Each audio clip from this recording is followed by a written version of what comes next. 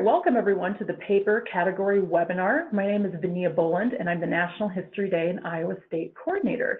And here with me today is National History Day student Anna. Anna, do you want to introduce yourself and share a little bit about your National History Day experience? My name is Anna Larson and I go to Johnston School District, and I have done NHD since 7th grade, and I have done 2 papers with NHD. Thanks so much. Wonderful to have you here. All right. A paper is highly personal and an individual effort. And if you prefer to work alone, this may be the category for you. So papers depend almost entirely on words to tell the story. And you can usually include more information in a paper than in some of the other categories. But the paper category does not require a process paper to be submitted in the project. So today we're going to talk about the different elements of writing a paper, and Anna's going to give us some advice on how to make it a powerful paper. So before we get started, so you think you're going to do a paper, you have a great topic, and you're going to start researching, but I want you to ask yourself a couple questions. First, do I feel comfortable working alone? And can I keep myself on track? Since you're not in a group, this is really an individual effort, so you want to make sure that you're working according to your schedule, that you're getting everything turned in time, and that you feel comfortable working alone. Would I enjoy writing a paper, and do I have assistants editing my paper? So since you are going to be working individually, is there a teacher or somebody at home or a friend that can help you with editing? So you want to make sure that you are asking for advice and help so that you're ready to submit that paper for the contest. Is writing a paper the best way to showcase my topic? So we always want to think about, is the category we're working in the best category to showcase my topic? So just before you get started in writing the paper, just in case, is there another category that best showcase my topic? All right, so let's talk about getting started. So we have our topic, we know we're going to do a paper. How do we begin? So first, you want to conduct your research. You want to examine secondary and primary sources. You want to be taking careful notes and keeping track of where each piece of information originated. From your research, you should come up with your thesis or the argument you want to make in your paper. So once you have these elements collected, you're going to start developing an outline of your paper. So you need some kind of strategy or a plan when putting together your paper. So we suggest using your notes. You can create a list of the main points you want to include in your paper. So what are you trying to get across to your judge? Where each piece of information will go and in what order. This will help you when you sit down and start actually writing your paper. So Anna, do you have some advice for other students when they're researching or they're starting to develop an outline, whether it's advice or maybe a strategy that you have that helps you write your paper? Yes, so when it comes to researching, first of all, since in papers you have to use in-text citations, it can be hard to incorporate primary resources with that. And so your best bet for primary resources is going to be newspapers. And there's a whole collection of them here at the State Historical Building. So it's very good to utilize that source. And you should check if your school has a subscription to like researching tools. My school has one to Noodle Tools, which allows you to make note cards, which makes it a lot easier to keep track of where information comes from. So with your note cards, do you write, so do you put the citation on that, or yeah, is it just for notes? You put the citation on it, and then with the newspapers that I had, I would just copy and paste all the newspapers so that if I was like, oh, I remember reading that somewhere, I would just go back to all my sources until I found it, and I knew exactly where it came from. Very good, very organized of you. Well, thank you so much. So we're going to start talking about actually writing that paper. So we've got our research done, we've got our note cards, we've got those notes we've taken, we've got the information. So now we want to start putting everything together. So very first thing is that introduction or that thesis statement. You might want to begin by writing your introduction in which you state your thesis or your argument. So the introduction.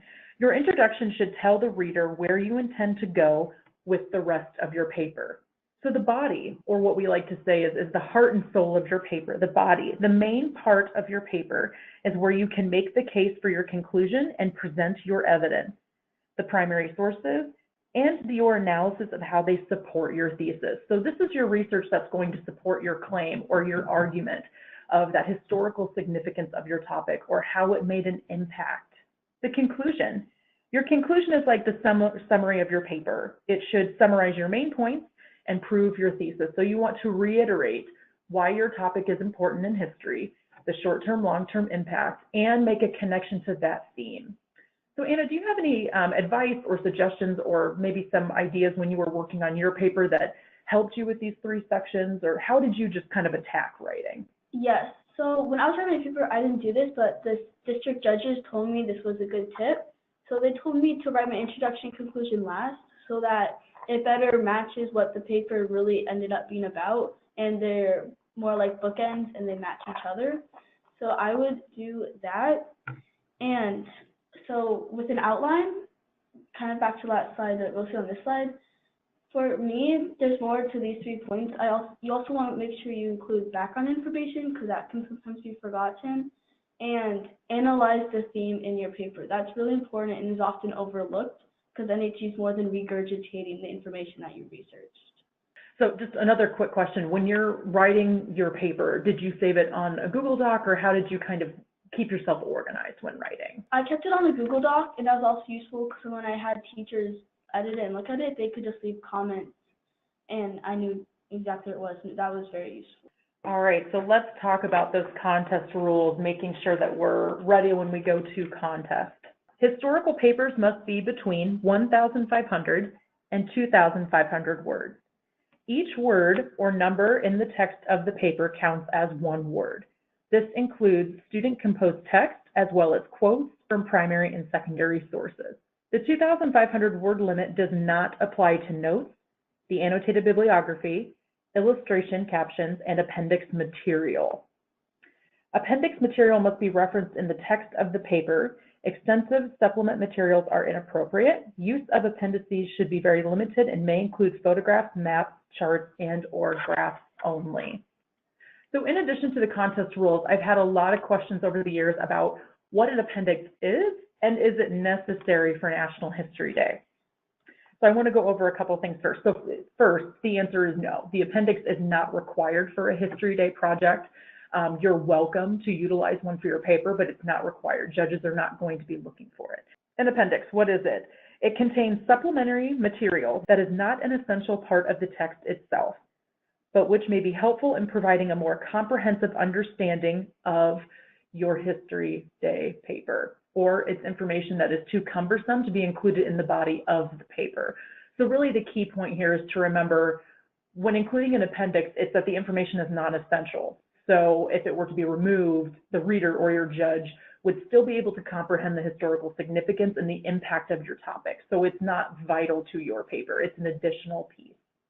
So as stated in the last slide, the National History Day Contest Rulebook does say that appendix material must be referenced in the text of the paper. Use of appendices should be very limited and may include photographs, maps, charts, and/or graphs only. So I would highly recommend, if you're thinking of doing an appendix, talk with your History Day teacher or maybe an English or language arts teacher in the school to see if they think it's necessary, and just to make sure that it's following the protocol of the citation style you would like to use. I do have something to add on this. Yeah, go right ahead. If you go onto the nhd.org site, you can find examples of the National History Day winners on there. And some of them will have appendix and some of them won't, but they are very good examples. Yeah, that is a great piece of advice. It's always good to kind of see what other individual writers are doing. All right, so let's talk a little bit about the citation policy. So I've had questions about which one should be used for papers. MLA, or Modern Language Association, or Chicago Manual of Styles, Chicago Styles, both of these citation styles are allowed in History Day. So if you're writing a paper, just keep in mind you're allowed to use MLA or Chicago. So MLA style typically used for papers on the English subjects, but it uses in-text citations. Chicago style is frequently used more for historic history subjects, so they use footnotes where the citation is placed at the bottom of the page, endnotes where the citations are placed at the end of the paper on a separate page. So Anna, can you kind of walk us through which citation style you use and what, if you have any advice on either of the citation styles? Well, there is no wrong with citation styles. I've always used MLA because I think it's easier, but I've never tried Chicago style either. So whichever one you feel more comfortable with is what you should go with. All right, so required written material. So for National History Day, when you go to a district contest, if you're mailing in your physical paper, you're going to need to mail in 3 copies, and your paper should include that annotated bibliography. Because for the paper category, a process paper is not required. So the annotated bibliography, it's a list of sources that contributed to your research and organized by primary and secondary sources. It includes sources of visual, audio material, and oral interviews. Bundled photos or other materials from the same collection in a single citation, you are allowed to bundle those photos. Annotations must explain how you used this source.